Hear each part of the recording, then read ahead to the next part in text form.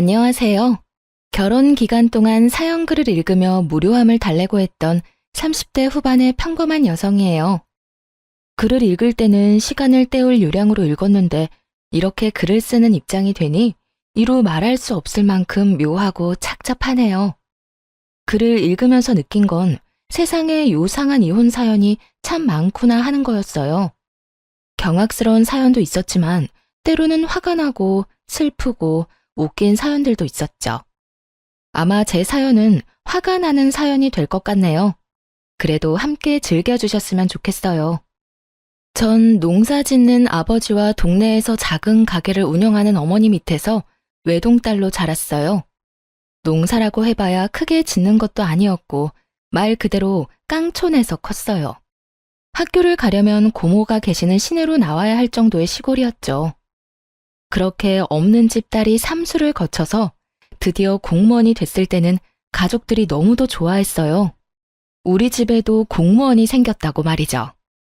집안 식구들에게 저는 자랑이었고 아주 야무진 구석이 있는 딸이었죠. 그래서 시집도 잘 갈 거라고 다들 생각한 것 같더라고요. 그래서인지 결혼에 대해서 부모님들이 엄청 간섭하고 그런 건 또 아니었고요. 남편은 유머 감각이 있는 사람이었어요. 저는 진지한 성격이지만 개그 프로를 좋아했고 그런 코드가 남편과 잘 맞았죠. 그래서 결혼이라는 일생일대 이벤트에 골인할 수 있었던 게 아닐까 싶어요. 이 결혼을 가장 축하해준 사람은 친정 식구가 아닌 시부였어요. 이야, 우리 집에 며느리가 아주 잘 들어왔어. 공무원이라니. 하나뿐인 아들놈 가방끈이 짧아 걱정했는데 며느리 정도면 걱정이 하나도 없겠어. 으하하하. 요즘이야 공무원에 대해 안 좋은 기사도 나고 힘든 직업이라는 소문도 나면서 경쟁률이 많이 떨어졌지만 결혼할 때만 해도 공무원은 여전히 알아주는 직업이었죠. 시부는 교장 선생님 출신으로 며느리로는 같은 교육자나 공무원을 원했는데 딱 그 원하는 상에 들어가는 며느리를 들였다며 기분이 좋으셨던 모양이에요. 그렇게 시부의 축복하에 결혼을 하게 됐죠. 하지만 모두가 축하해준 건 아니었어요. 시모는 저를 매우 탐탁치 않게 생각했거든요. 이유는 간단했어요. 나는 너처럼 아무것도 없는 집안에서 큰 애들이 싫어. 그런 애들은 욕심은 많은 주제에 제대로 해내는 건 하나 없거든.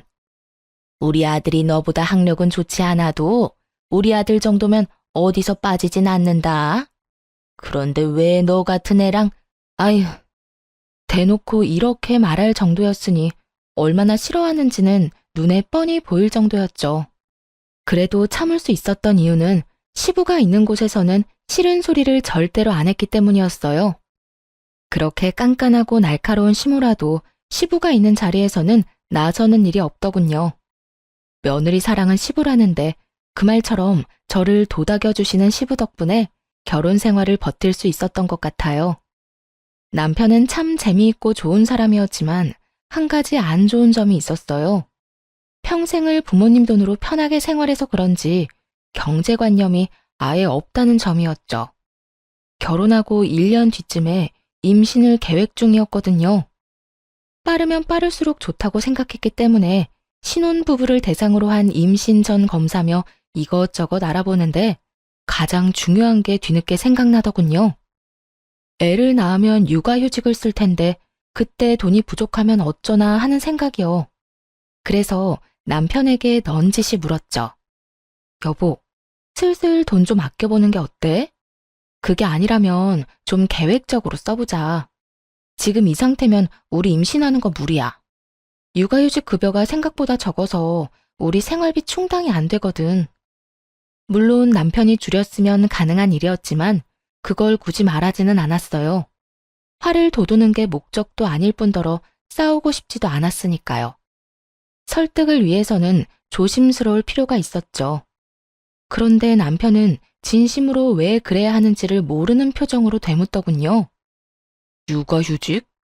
돈 없으면 엄마나 아빠한테 달라고 하면 되지 뭐가 걱정이야. 내가 다 알아서 받아줄게. 그 말을 듣는데 한숨부터 나왔어요. 시부가 돈이 꽤 많다는 건 알고 있었죠. 결혼할 때 그것 때문에 고민도 꽤 했었거든요.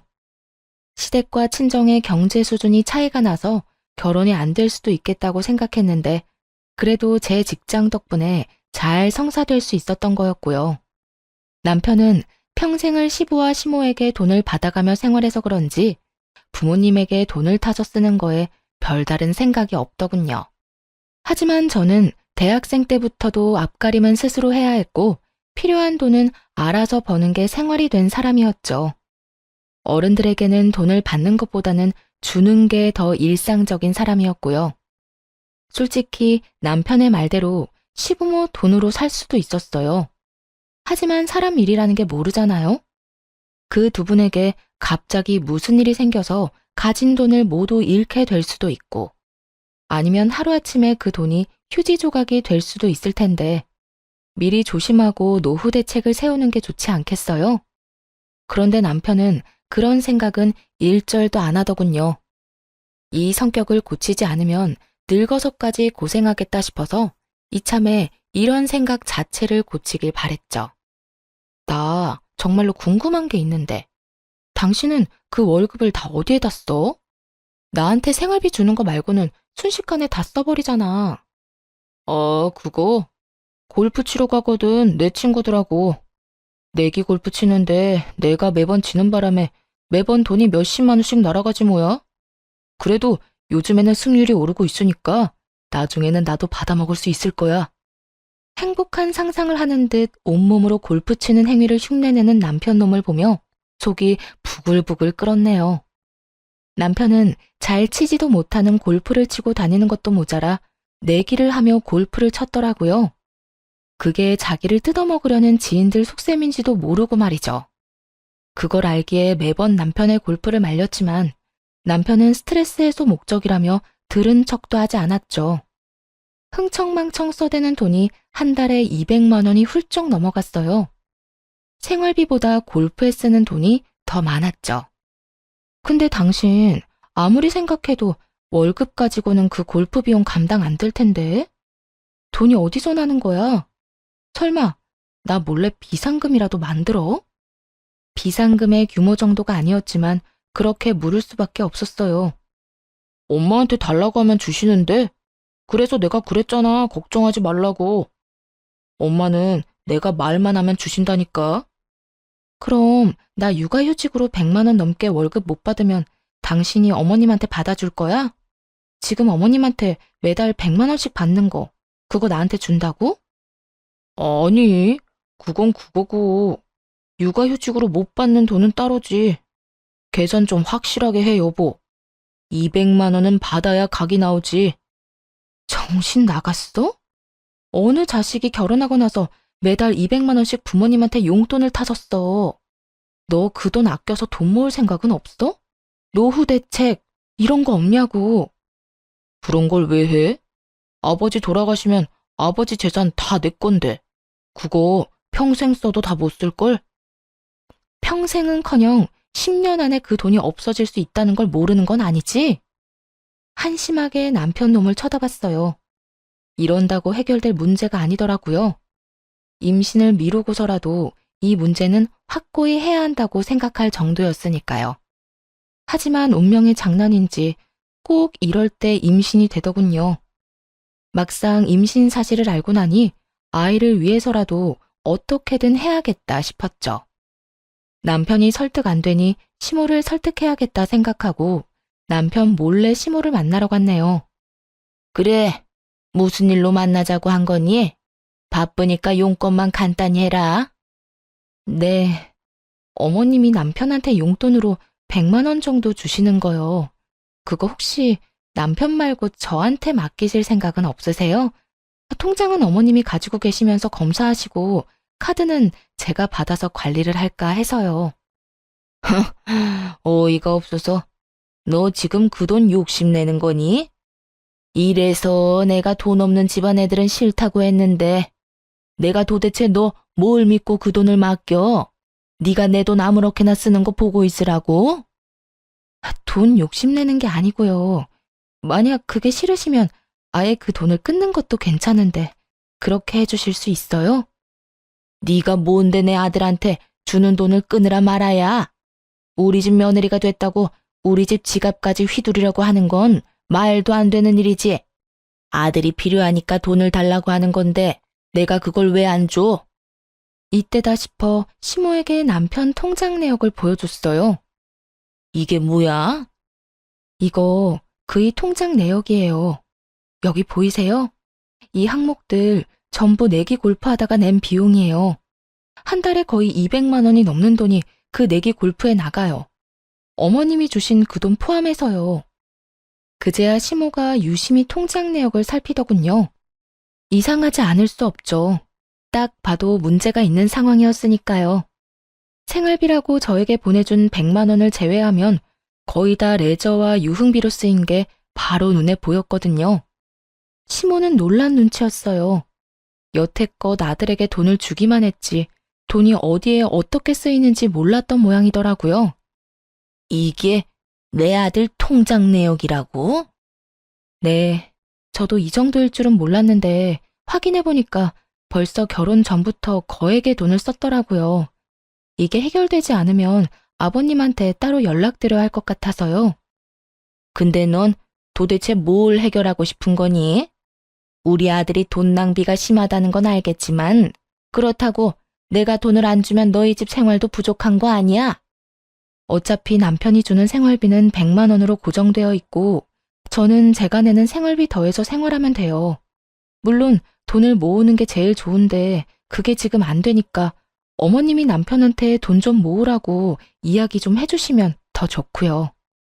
시모는 제가 남편의 낭비를 막아달라고 말하는 것에 꿍꿍이가 있다고 생각하는 것 같았어요.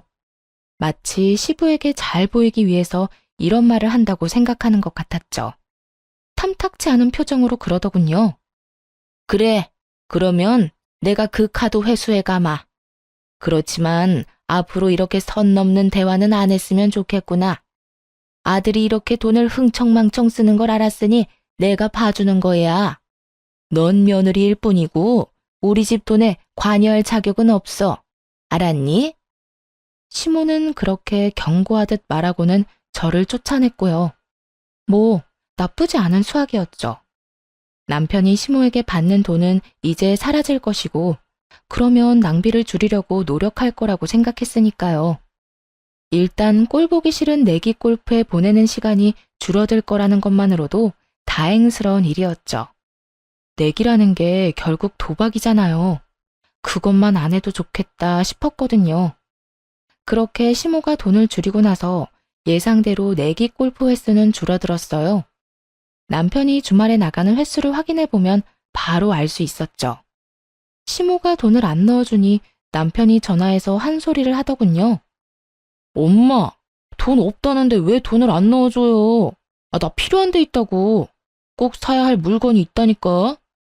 남편 놈이 떼를 썼지만 시모가 받아주지 않은 모양이었어요. 그래서 주기 싫다는 거예요? 됐어요. 당분간 엄마 보러 안 갈 거니까 그렇게 알고 있으세요. 그리고 며칠이 지나지 않아 남편이 다짜고짜 따지고 들더군요. 야, 내가 정말 믿는 도끼에 발등 찍힐 줄 몰랐네. 설마 당신 우리 엄마더러 나한테 돈 주지 말라고 한 거야? 도대체 무슨 생각으로? 무슨 권리로 그딴 말을 해? 시모가 결국 저 때문에 돈을 안 준다고 말한 것 같더라고요. 태연하게 답했죠. 당신이 돈을 너무 많이 쓰니까 이야기했어. 그리고 어머님한테 돈을 주지 말라고 한 거 아니야. 내가 관리할 수 있게 해달라고 한 거지. 근데 그건 싫으시다네? 돈을 끊는 건 어머님이 선택한 거니까 어머님한테 말해. 괜히 내 탓하지 말고. 내가 돈 많이 쓰는 거랑 너랑 도대체 무슨 상관인데? 왜 네가 내 지갑 사정에 이렇게 예민하게 구는 건데? 너랑 나랑 결혼했잖아. 네가 망하면 나도 망하는 거라고. 그러니까 안 망할 수 있게 내가 도와주는 거 아니야. 이런 식으로 돈 쓰다간 나중에 진짜로 망한다고. 너 모아둔 돈이라고는 한 푼도 없잖아. 내가 망할지 안 망할지 네가 어떻게 알아? 네가 내 와이프라고 해도 엄연히 하면 안 되는 일이 있는 거야. 진짜 너 때문에 되는 일이 하나도 없다. 아버지 정정하신데 나중에 무슨 걱정이야? 지금 과소비 습관을 안 고치면 시부 재산을 물려받는다고 해도 순식간에 사라질 게 뻔했어요. 그리고 솔직히 시모를 설득하러 갔기는 했지만 선택한 건 시모였고 당장 용돈을 끊으라고 한 건 아니잖아요. 둘 중에 하나 고르라고 한 거지. 그 중에서 시모는 돈을 안 주기를 골랐던 거고요. 들어보니 저도 구구절절 옳다고 생각했는지 더 이상 그 일로 걸고 넘어지지는 않았어요. 하지만 갈수록 남편과의 사이는 점점 나빠지기 시작했죠. 그래도 처음에는 괜찮을 거라고 생각했어요.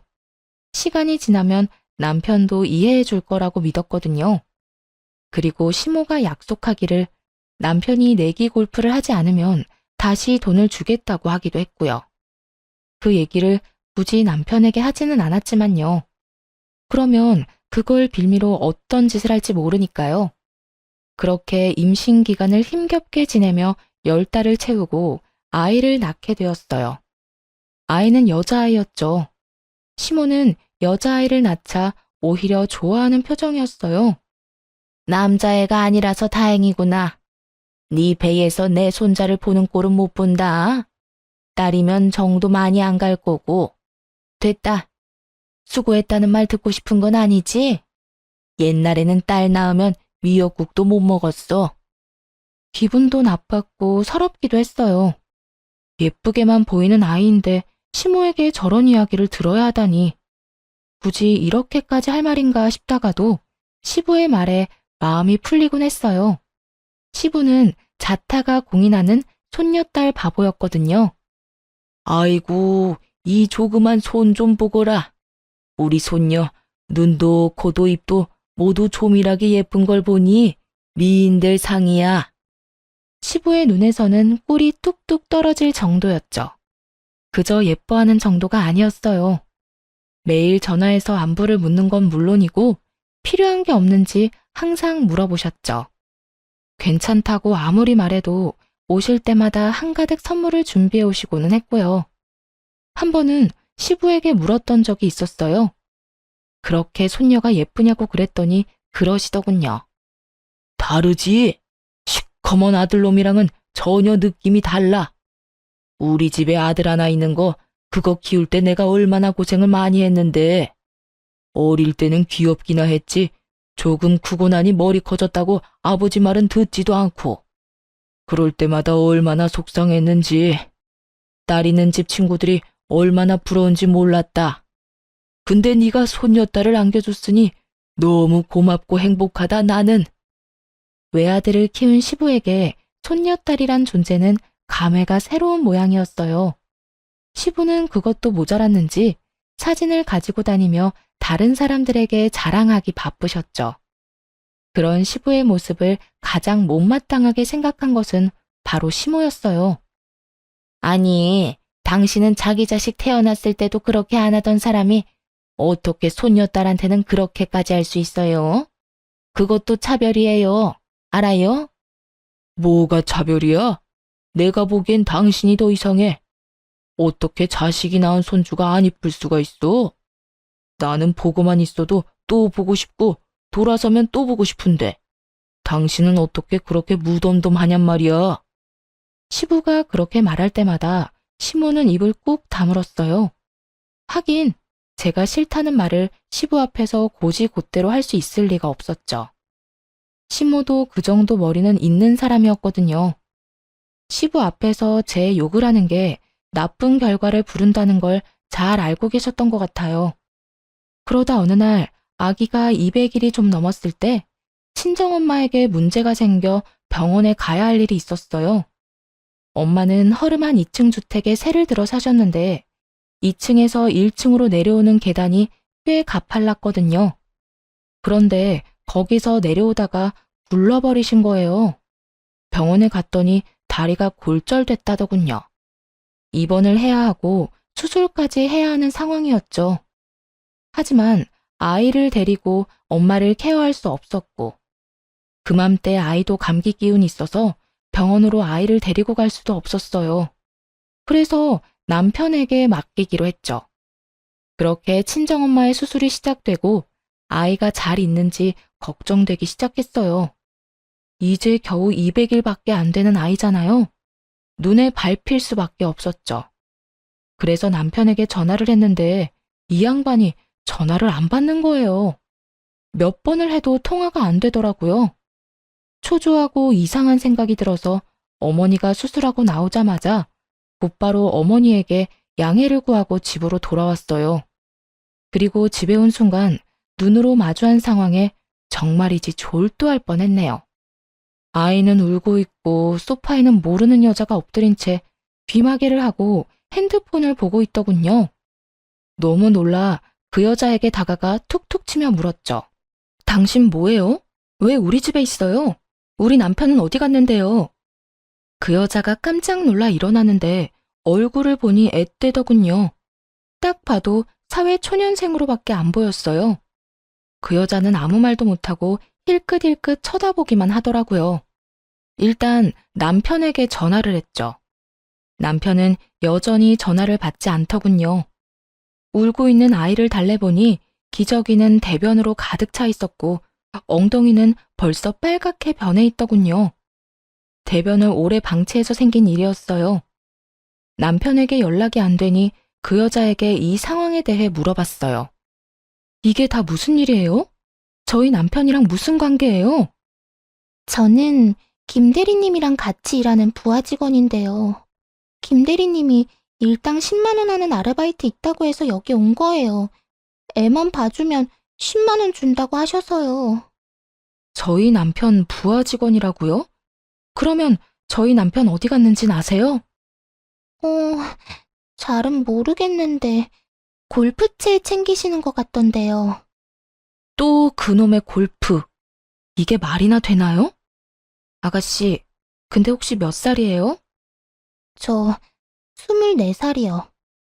애가 우는데 귀마개를 하고 있으면 어떡해요? 돈 받고 알바하는 거 아니었어요? 적어도 아이를 신경은 써주셔야죠. 달래보려고 했는데 뭐 때문에 애가 우는지 몰라서요. 그냥 놔두면 그친다고 해서 그냥 놔뒀어요. 누가 그런 정신 나간 말을 해요? 김 대리님한테 전화했더니 그냥 놔두면 된다고 하시던데요. 화가 머리끝까지 났어요. 결혼도 안 한 아가씨한테 애를 보라고 한 것도 웃기지만 우리 애를 맡기면서 울 때 그냥 놔두라는 말을 한 것도 정말 어이가 없었죠. 일단은 그 여자아이를 돌려보냈어요. 돈은 남편한테 받으라고 했죠. 그리고 남편이 올 때까지 기다렸어요. 오후 6시쯤 되니 남편이 집으로 들어오더군요. 아마 제가 돌아올 예정이었던 오후 7시보다 살짝 일찍 들어온 것 같더라고요. 본인이 골프 치러 갔다는 걸 들키지 않으려고 말이죠. 남편을 보자마자 따졌어요. 당신, 어떻게 그럴 수 있어? 어떻게 모르는 사람한테 우리 애를 맡기고 놀러 갈 수가 있냐고. 게다가 우리 집에. 당신 미쳤어? 200일도 안 되는 애를 다른 사람 손에 맡길 생각이 들어? 애는 괜찮네. 그러면 된 거 아니야? 별일 없었으면 된 거지. 뭘 그렇게 따지고 난리야. 피곤하니까 나중에 말하자. 괜찮긴 뭐가 괜찮아. 너 애가 어떤 상황이었는지 알고나 하는 말이야?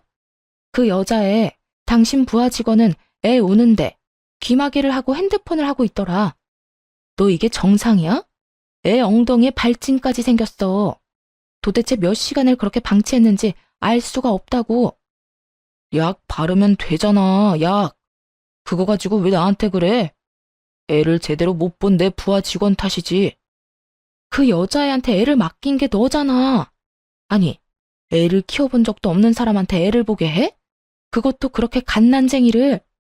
적어도 어머님한테 맡긴다는 생각은 안 해봤어? 했지. 제일 먼저 했지.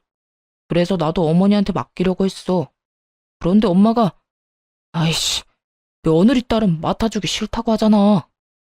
뭐? 어머님이 며느리 딸이라서 맡아주기 싫다고 했다고?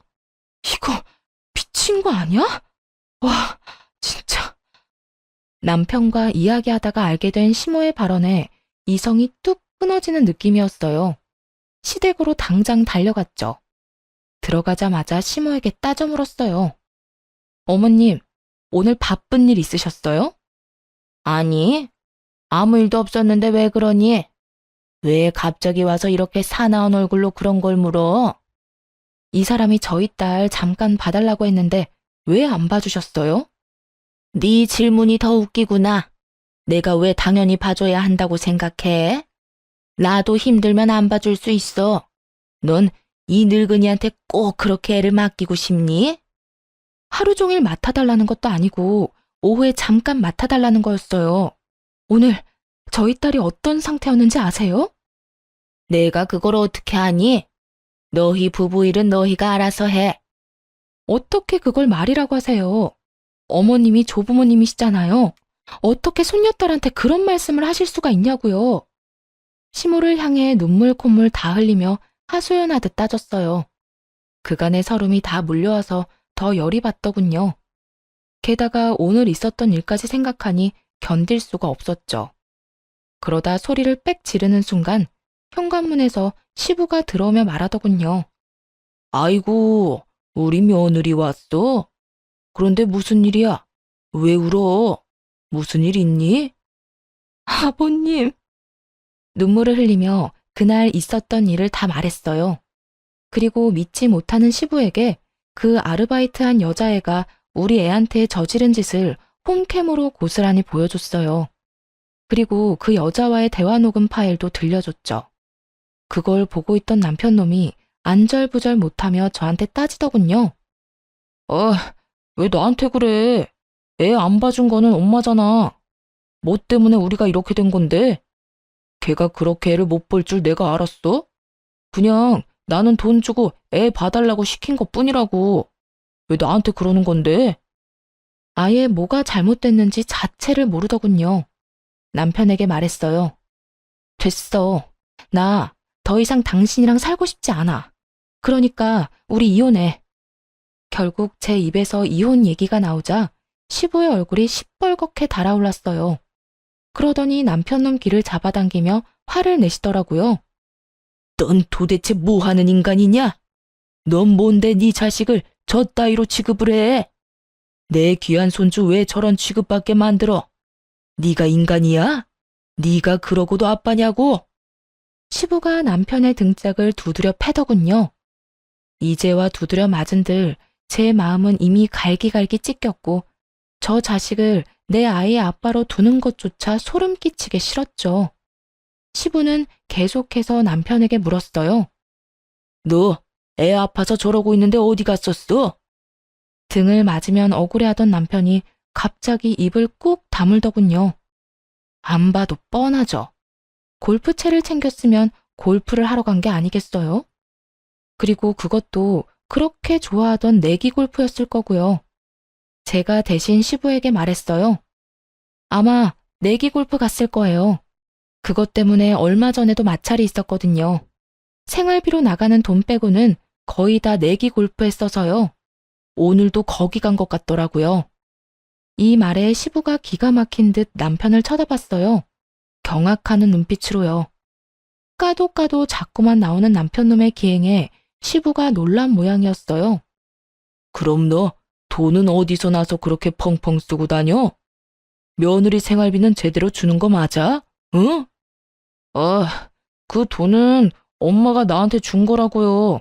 나한테 뭐라고 하지 마세요. 아니, 내가 받은 돈으로 골프 쳤다는데 왜 난리냐고요. 뭐 돈 빌려서 골프 치러 다닌 줄 아세요? 돈 없을 때 부모 돈 쓰는 거 당연한 거잖아요. 남편 대답에 기가 막힌 시부가 시모에게 따져 물었어요. 당신은 도대체 무슨 돈이 있어서 애한테 돈을 준 거야? 당신도 나한테 생활비 받아가잖아. 그 생활비로 애한테 돈 준 건 아닐 테고 무슨 돈이야? 아니, 애가 돈이 없다길래 그냥 저도 대출해서 빌려줬죠. 대출 받아서 돈을 줬다고? 이 정신 나간 여편네야. 돈이 없으면 나한테 이야기를 해야지. 왜 돈을 빌려서 내기 골프를 하게 돈을 줘? 아니, 내기 골프인 거 내가 알았으면 안 줬겠죠. 근데 그런 말이 없으니까 난 그냥 돈을 빌려다 준 거고. 아니요? 어머님 알고 계셨잖아요. 제가 다 말씀드렸잖아요. 남편 내기 골프하니까 돈 빌려주지 마시라고요.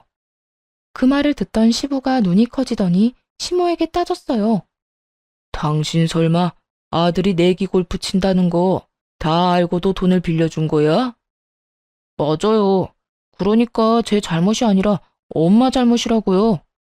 엄마가 돈을 주니까 내가 그 돈으로 계속 한 거지. 엄마가 안 줬으면 안 했을 거라고요. 그걸 말이라고 해? 이 왼수 같은 새끼. 넌 부모 될 자격이 없다. 내가 웬만해서는 며느리랑 너랑 이혼 안 시키려고 했는데 네 꼴을 보니까 안 되겠구나. 이혼해. 차라리 이혼하는 게 내 손녀한테는 더 좋은 일일 거다. 아버지, 제가 무슨 잘못을 했다고요? 그걸 모르는 게 제일 큰 잘못이야, 이놈아. 그리고 당신은 지금 뭘 잘못한지 알고 있어? 우리 집안의 병균 같은 인간을 키운 게 당신이야. 손녀딸 미워할 시간에 자식 새끼 정신머리 안 고치고 뭐 했어? 결국 시부가 두 사람에게서 카드를 뺏어버렸어요. 모두 시부 명의의 카드였거든요. 시모가 제발 돌려달라고 매달렸지만 시부에게는 통하지 않았죠. 시부가 귀신 같은 얼굴로 말하더군요. 앞으로 두 사람한테는 내가 직접 용돈을 줄 거야. 어디 가서 함부로 돈 빌렸다가는 그 즉시 집에서 호적 파버릴 테니까 알아서 해. 그렇게 상황이 끝났네요. 결국 남편과는 이혼했고 시부는 저를 회유하려 했지만 받아들일 여유가 없었어요. 남편 얼굴을 다시 보는 것조차 벅차고 힘든 일이었거든요. 간곡히 부탁하는 시부를 보며 저 역시 간곡히 말씀드렸어요. 아버님, 남편은 공동 양육자예요. 저한테 무슨 일 있으면 남편이 우리 아이를 책임져야 한다는 뜻이고요. 그런데 저렇게 책임감 없는 모습에 이미 질려버렸어요. 그리고 앞으로도 믿을 수 없을 것 같아요. 제 마음 알아주셨으면 좋겠어요. 손녀딸을 누구보다 아끼는 시부는 말의 뜻을 정확하게 알아들으셨어요. 결국 시부가 제 의견을 존중해 주셨고요. 그런데 이혼 소송할 때까지도 정작 남편 놈은 태평하더라고요. 앞으로의 일들은 시부가 알아서 해줄 거라고 생각하는 모양이었죠. 사실 저도 그렇게 생각했고요. 시부가 합의를 해줄 수 있겠느냐며 찾아왔었거든요. 아가, 네가 많이 상처받고 힘든 건 나도 잘 안다. 그렇지만 그 미친놈도 내 자식이고 여기엔 내가 알고 지내는 사람이 많아. 최대한 조용히 이혼해주길 원하는데 그렇게 해줄 수 있겠니? 그러면서 시부가 건넨 조건은 생각보다 컸어요.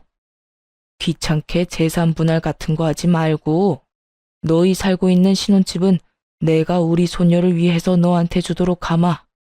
어차피 내 명의 집이었으니 합의하면 바로 너한테 넘겨주마. 시부의 말에 남편 놈이 발악을 하더군요. 아니, 거기 우리 집인데 왜 저 사람한테 줘요?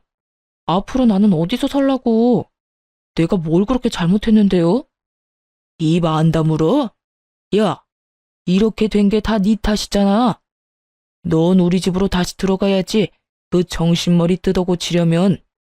시부의 그 말에 남편 얼굴이 하얗게 질리더군요. 제 버릇에 시부와 함께 사는 게 얼마나 힘든 일이겠어요. 생각해보니 결혼하고 나서 시부에 대해 남편이 하는 말을 돌이켜보면 좋은 말은 거의 없었어요.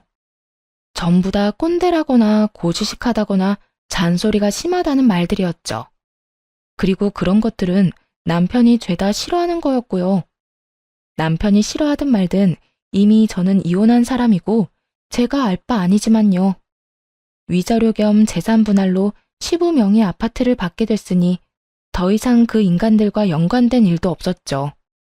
이혼은 정말 평화롭게 마무리가 됐어요. 그렇게 몇 달쯤 지났을까요? 아이와 둘이서 잘 살고 있었는데 몇 달 뒤 전시댁이 발칵 뒤집어지는 사건이 발생하게 됐어요. 친정엄마가 집에 오셨는데 살짝 흥분된 얼굴이시더라고요. 엄마, 무슨 일 있어? 야, 너 이혼 잘했어. 그 집 지금 난리 났다. 의아한 표정으로 친정엄마를 쳐다봤더니 엄마가 답답한 듯 말하더군요.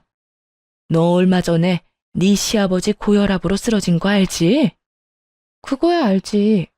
전 남편도 참 불효자다 싶더라고. 도대체 아버지한테 어떻게 했으면 시아버지가 뒷목 잡고 넘어가? 근데 그게 다가 아니야. 너희 시아버지 병원 갔는데 거기서 진료받다잖아. 근데 간에 이상이 있었대. 간이 안 좋으셨구나. 아버님은 괜찮으시대? 아직까지는 팔팔하시더라. 근데 그게 문제가 아니야. 간 이식을 해야 하는데 네 전 남편이 자기가 하겠다고 나섰더라는 거야. 근데 검사 결과가 적합하지가 않았다네. 그런 일도 많잖아요. 자식이 부모에게, 부모가 자식에게 아무리 장기를 주고 싶어도 줄 수 없는 상황 말이죠.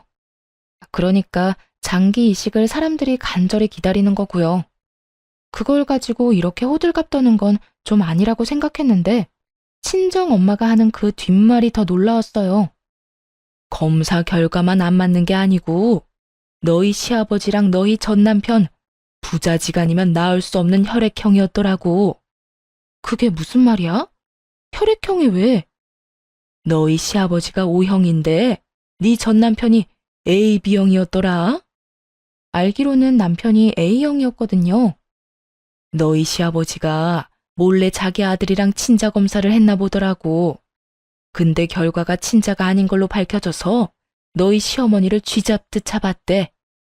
처음에는 애가 바뀐 걸 의심해서 친자 검사하라고 했는데 너희 시어머니가 절대 친자 검사 안 한다고 버텼다네. 진짜? 저야말로 충격이었어요. 시부가 제 아이를 그렇게나 좋아했으니 더했죠. 아마 이혼 전에 이 사실이 밝혀졌으면 살고 있는 이 집도 못 받고 길거리로 나앉았을 거예요. 그래. 근데 결국 너희 시어머니도 친자 검사했는데 둘은 모자 관계였다네. 결국 네 전 남편이 네 시어머니의 외도 증거가 된 거 아니니? 아버님 속이 말이 아니시겠네. 손녀딸을 그렇게 좋아하셨는데 아들이 자기 자식이 아니었다니. 근데 딱히 그렇지만도 않은가 보더라고. 남들 말로는 오히려 후련해 했다는데? 왜 후련해? 막 싸운 거 아니야? 친자식 아닌 거 알고 바로 네 시어머니와 이혼하고 아들 자기 자식 아니라고 소송했다더라고. 뭐라더라? 저런 후레자식이 내 자식이 아닌 게 당연하다고 했다던데? 그 이야기를 듣자 그제야 시부가 무슨 생각인지 알게 됐어요. 시부에게 사고만 치는 아들은 죽을 때까지 데리고 가야 할 애물단지나 마찬가지였는데 자기 자식이 아니니 차라리 떼어내는 편이 시부에게는 더 나은 선택이었던 거죠. 얼마 전 저희 이혼할 때도 아들놈 때문에 아파트를 며느리에게 줘야 했잖아요. 게다가 애물단지 아들 껴안고 살게 됐고 마누라는 마누라대로 지 자식 사고치는 거 막을 생각은 조금도 안 하고 오히려 나쁜 길로 인도하기까지 했으니 시부 입장에서는 둘 다 자기에게 전혀 도움 안 되는 인간들인 거죠. 핏줄이라는 이유로 평생 끌고 갈 짐이 사실은 내 짐이 아니었으니 버리기로 선택한 거고요. 근데 더 웃긴 거 이야기해 줄까? 너희 시어머니랑 네 전 남편, 네 시아버지가 소송 걸고 자기들 떼내려는 거 알자마자 발등에 불 떨어져서 너희 시아버지 찾아와서 울면서 빌었대. 근데 아버님이 받아줄 리 없지. 그 인간들 보는 앞에서 변호사 불러서 유언장 고쳤다고 하더라. 자기 죽으면 모든 재산 기부하겠다고. 네 시어머니는 이혼할 때 받을 재산 분할 기대하고 있었던 모양인데 너희 시아버지가 그 재산들 다 형제들한테 증여해버렸다네. 결국 이혼한 시모 앞으로 남은 건 갚아야 할 위자료와 전 남편이 열심히 땡겨 쓴 대출뿐이었죠. 그 이야기를 들으니 시부에게는 참 안타까운 마음이 들었고 남편 놈과 시모에게는 고소한 기분이 들었어요. 시부 하나 믿고 빨대 꽂던 두 모자가 버림받은 걸 보니 제 속이 다 시원하기도 했고요.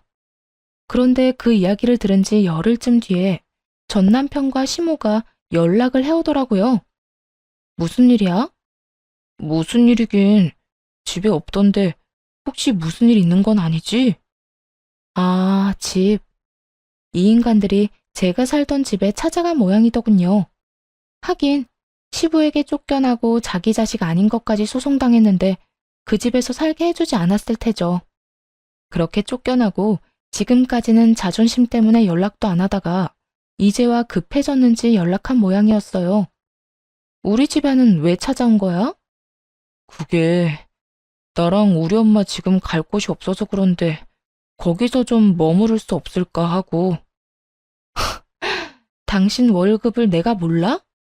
400만 원 가까이 버는데 월세라도 얻어. 보증금 없이 월세 많이 내면 들어갈 수 있을 건데? 나도 그러려고 했지. 그런데 엄마가 진 빚 때문에 내가 이러지도 저러지도 못해. 그 빚만 없어도 어떻게든 할 수 있을 건데. 야, 그게 왜 내 빚이야? 그 돈 온전히 너한테 다 들어갔거든? 네가 그딴 내기 골프하느라 다 써놓고 나한테 책임을 떠넘겨? 너야말로 돈 좀 아껴 쓰고 뭐지 그랬어. 네 와이프가 돈 주지 말라고 했을 때 내가 그만뒀어야 했는데. 그럼 왜 줬어요? 내가 내기 골프한다고 와이프가 알려줬다며. 그거 알고도 준 건 엄마 탓이지. 그리고 엄마가 아빠 두고 바람만 안 피웠어도 우리가 쫓겨날 일은 없잖아. 그 이야기가 왜 갑자기 나와? 이렇게 쫓겨나게 된 건 네가 그 양반한테 밉보였기 때문이잖아. 애초에 며느리랑 싸우지만 않았어도 네 아버지가 고혈압으로 쓰러질 일 없었겠지. 그게 왜 내 잘못인데요? 엄마가 아무 남자나 막 만나고 돌아다니다가 이렇게 된 거 아니야. 난 아버지한테 내 장기까지 주려고 했다고요. 네가 애초에 돈이랑 애 문제로 네 아버지랑 싸우지만 않았어도 기른 정이라도 생각해서 받아줬겠지. 네가 행실을 잘 못하니 네 아버지도 너한테 오만정이 다 떨어진 거 아니야? 전화해놓고 핸드폰 너머로 둘이서 아주 귀에 피가 나게 싸우더군요. 그렇게 단 둘뿐인 핏줄이 서로를 탓하며 소리 지르는 걸 보니 웃기기도 하면서 짜증도 나더군요. 싸울 거면 전화 끊고 해. 잠깐만. 본론 아직 이야기 안 했어. 월세 얻을 돈도 없어서 당신한테 전화했지. 우리 딸이면 내 딸이기도 하잖아. 그래도 내 핏줄인데 이렇게 갈라지는 것도 아닌 것 같고. 우리 엄마도 이제 우리 딸 인정할 거고. 우리 딸은 당신 엄마 인정 필요 없어. 끼고 자빠졌네. 야, 네가 뭔데? 너희 엄마가 뭔데? 어디서 내 새끼를 인정하고 말고야? 내 딸이잖아. 나도 내 딸 볼 자격 있어. 그럼 밖에서 봐. 그리고 그 집 이미 내가 팔았거든? 그러니까 그 앞에 죽치고 앉아봐야 소용없어. 뭐? 네가 뭔데 우리 아빠 집을 팔아? 전 남편이 화내며 어이없다는 듯 묻더군요. 애랑 둘이 살기엔 집이 크기도 하고 거기서 이혼을 했으니 재수가 없어서 집을 옮겼거든요. 직장에도 지점을 옮겨달라고 요청해서 친정과 가까운 곳으로 정근까지 신청해서 왔죠. 이제와 생각하니 집을 옮긴 게 정말 잘한 거였더라고요. 처음에는 살던 곳을 떠나는 게 좋은 선택이라고 생각하진 않았거든요. 어쩔 수 없이 이사한 거였는데 다행이었죠. 이 인간들이 들러붙을 상황이 사라졌으니까요. 게다가 상황 파악이 안 되는지 이제는 자기 아빠가 아닌데도 아빠라고 하더군요. 친생부인 소송을 통해 시부가 자기 아버지가 아닌 걸로 확정이 됐는데도 여전히 정신을 못 차린 모양이었죠. 그래서 따끔하게 일침을 놓았네요. 누가 너희 아빠야. 소송하고 아버님이랑 남 됐잖아. 그리고 그 집은 이혼할 때 내가 받은 거거든. 내가 팔든 말든 네가 상관할 바는 아니지. 우리 집에 빌부터 살 생각 때려치워. 나는 당신이랑 당신 엄마 드릴 생각 추호도 없으니까. 진짜 당신까지 이런 식이면. 뭐가 이런 식인데? 네 놈이 우리 딸만 잘 봤어도 당신 엄마가 당신 손녀만 봐줬어도 이럴 일 없었겠지. 내 탓하기 전에 네가 뭘 잘못했는지나 생각해봐. 그걸 모른다는 건 아직 네가 인간이 안 됐다는 뜻이니까. 그렇게 전 남편에게 톡 쏘아붙이고는 전화를 끊었어요. 그 뒤로도 계속 전화가 오는데 다 무시했고요. 받아서 좋은 소식은 전혀 아닐 테니 말이죠. 솔직히 전 남편이 시부 친자식이 아니라 하더라도 시부에게 깍듯이 대하거나 살갑게 대했다면, 아니, 적어도 다른 사람 눈살 찌푸린 일 없이 평범하게만 살았어도 시부가 남편을 버릴 일은 없었을지도 몰라요. 배신감은 느끼겠지만 기른 정도 무시 못한다고 하잖아요. 게다가 자식이 둘도 아니고 하나뿐이라면 그 연세에 아들을 내쫓는 일은 못했을 거예요. 그런데 시부가 그런 아들을 후련하게 내쫓았다는 건 그만큼 전 남편에게 실망한 게 크다는 증거겠죠. 따지고 보면 이렇게 된 건 누구 잘못도 아닌 남편놈 잘못이겠죠. 그렇다고 시모가 잘했다는 건 절대 아니지만요. 적어도 아들이 남편 자식이 아닐지도 모른다는 걸 알았다면 아들이 남편 눈에 벗어나도록 만들지는 말았어야 하지 않나요? 더 엄하게 가르치며 교육자 집안의 아들답게 키웠으면 말년에 시부에게 버림받는 일은 없었을지도 모르죠. 어쨌든 그렇게 남편놈과의 악연은 그렇게 끊어졌어요. 솔직히 애 운운하며 저희 집 오겠다고 했을 때는 면접 교섭권이라도 쓸 거라고 생각했는데 그걸 원한 적은 단 한 번도 없었네요. 그놈이 쓰레기 같은 인간이라는 걸 다시 한번 깨닫게 됐죠. 어차피 만나게 할 생각도 없었으니 다행이라고 할지, 애를 찾지 않는 것을 탓해야 할지, 어차피 둘 다 참 짜증나더군요. 그래도 지금은 후련해요. 시간이 지날수록 좋아지고 있고 또 익숙해지고 있거든요. 글 읽는 분들 중에 무료함을 달래려고 읽는 분도 있겠지만 이혼 고민을 하면서 사연글을 읽는 분도 계실 거예요. 그런 분들에게 말해드리고 싶네요. 항상 힘들지만은 않다고요. 오히려 시간이 지나면 더 좋은 일이 생길 수 있으니 정말 아니다 싶으면 용기를 내보는 것도 좋은 선택이라고요. 긴 글 읽어주셔서 감사합니다.